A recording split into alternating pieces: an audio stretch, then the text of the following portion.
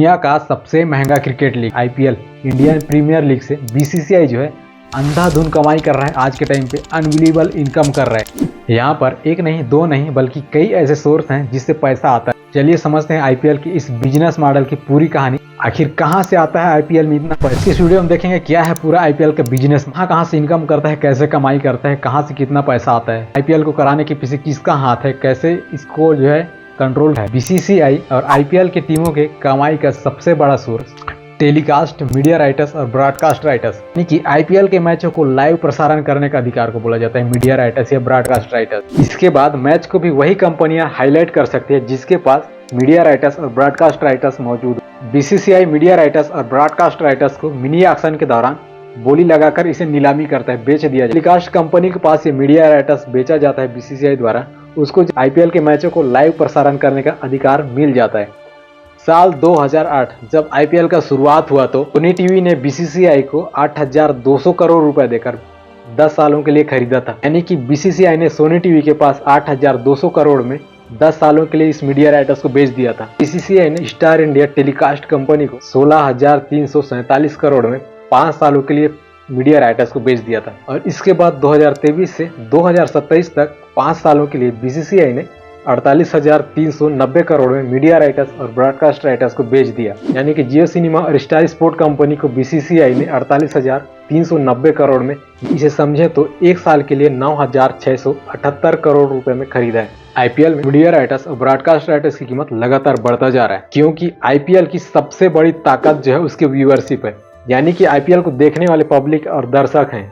एक टाइम था जब 1982 के दशक में बीसीसीआई ने भारतीय क्रिकेट टीम के मैचों को टीवी पर दिखाने के लिए स्थानीय टेलीविजन नेटवर्क दूरदर्शन चैनल को प्रति मैच को दिखाने के लिए 5 लाख रुपए दिया करता था। आज यही बीसीसीआई चैनल से लाइव टेलीकास्ट करने के लिए 1,000 करोड़ रुपए लेता है। उस टाइम बीसीसीआई जो है चैनल को देता था दिखाने के लिए, अब चैनल जो है बीसीसीआई को दिखाने के लिए देता है।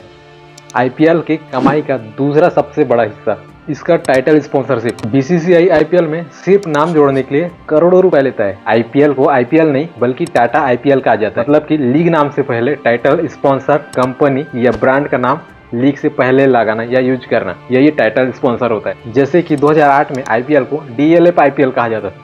आईपीएल 2017-18 के बीच में वीवो कंपनी ने टाइटल स्पॉन्सर किया था, जिसको आईपीएल ऑक्शन के दौरान कंपनियां बिडिंग लगाकर इससे स्पॉन्सर हासिल करते हैं। जिस ब्रांड का बोली हाईएस्ट लगता है उसी का स्पॉन्सरशिप यहाँ पर लगता है। वीवो कंपनी ने साल 2018 और 19 में इस आईपीएल के टाइटल स्पॉन्सर के लिए बीसीसीआई को 880 करोड़ रुपए दिया था। यानी कि बीसीसीआई 2018 और 19 के वीवो ब्रांड से टाइटल स्पॉन्सर के लिए 880 करोड़ रुपए लिया था। यानी और इसके बाद 2024 से 2028 तक की टाइटल स्पॉन्सर के लिए इंडिया के टाटा ग्रुप ने बीसीसीआई को 2,500 करोड़ रुपए दिया। यानी कि ये 5 सालों का टाइटल स्पॉन्सर है। टाइटल स्पॉन्सर के अलावा बीसीसीआई के पास और भी इनकम का रास्ता, जैसे official sponsor, umpire sponsor, kit sponsor, strategic time out. जैसे आईपीएल मैच के दौरान बीच में 2 मिनट का टाइम आउट लिया जाता है, वही जो है स्ट्रेटेजिक टाइम आउट स्पॉन्सर। जैसे आईपीएल मैच के दौरान 2 मिनट का टाइम आउट लिया जाता है तो ये टाइम आउट बोला जाता है। तो वहाँ पर सीएड ब्रांड का स्पॉन्सर रहता है, इसी को स्ट्रेटेजिक टाइम आउट स्पॉन्सर बोला जाता है। इन सब से साल 2022 में बीसीसीआई ने 270 करोड़ रुपए का कमाई किया। इसके अलावा खिलाड़ियों के ड्रेस, एम्पायर के ड्रेस, कैप, हेलमेट सब पर जो स्पॉन्सर लगा होता है, जिससे बीसीसीआई को कमाई होता है। बीसीसीआई के 20% रेवेन्यू का हिस्सा यहीं से आता है, बट इसे सभी टीमों में डिवाइड कर दिया जाता है। और इसके अलावा प्रत्येक ओवर में आने वाले एड और विज्ञापन की कीमत 10 सेकंड के लिए 15 लाख का होता है। यानी कि बीसीसीआई आईपीएल के 10 सेकंड के एड से 15 लाख का कमाई करता है। आईपीएल की कमाई का तीसरा सबसे बड़ा सोर्स फ्रेंचाइजी फीस। कोई भी नया टीम जब आईपीएल का हिस्सा बनता है तो बीसीसीआई को उसके लिए फ्रेंचाइजी फीस देना होता है। ये पूरा प्रोसेस कंपनियों द्वारा बिडिंग लगाकर यानी कि बोली लगाकर पूरा होता है। और इस फ्रेंचाइजी को बड़ी बड़ी कंपनियां जो है बिडिंग लगाकर यानी कि बोली लगाकर खरीदा जाता है। जैसे साल 2022 में गुजरात टाइटंस और Lucknow super giants IPL team का नया हिस्सा बना था, तो दोनों फ्रेंचाइजी द्वारा बीसीसीआई को 12,500 करोड़ रुपए दिया गया था। सभी फ्रेंचाइजी ने अलग अलग फीस देकर आईपीएल लीग का हिस्सा बने थे। मुंबई इंडियंस ने 850 करोड़ रुपए दिया था और चेन्नई ने 689 करोड़ और आरसीबी 845, दिल्ली 630 और पंजाब 570 और कोलकाता 669 करोड़ और राजस्थान 506 करोड़ और हैदराबाद 425 करोड़ और 2022 में गुजरात टाइटंस 5,625 करोड़ रुपए दी और 2022 में ही लखनऊ सुपर जायंट्स 7,090 करोड़ रुपए दिया।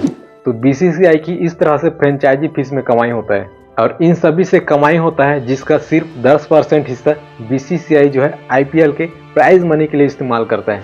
इस साल 2024 की बात करें तो आईपीएल के प्राइज मनी के तौर पर 46.5 करोड़ रुपए जो है आईपीएल के प्राइज मनी के तौर पर रखा गया है। ब्रांड फाइनेंस के एक रिपोर्ट के मुताबिक 2023 में जो है आईपीएल की ब्रांड वैल्यू करीब 88,700 करोड़ रुपए तक पहुंच गया। तो ये जो आईपीएल होता है ये पूरी तरह से बीसीसीआई के कंट्रोल में रहता है और आईपीएल से बीसीसीआई जो बेतहाशा कमाई करता है।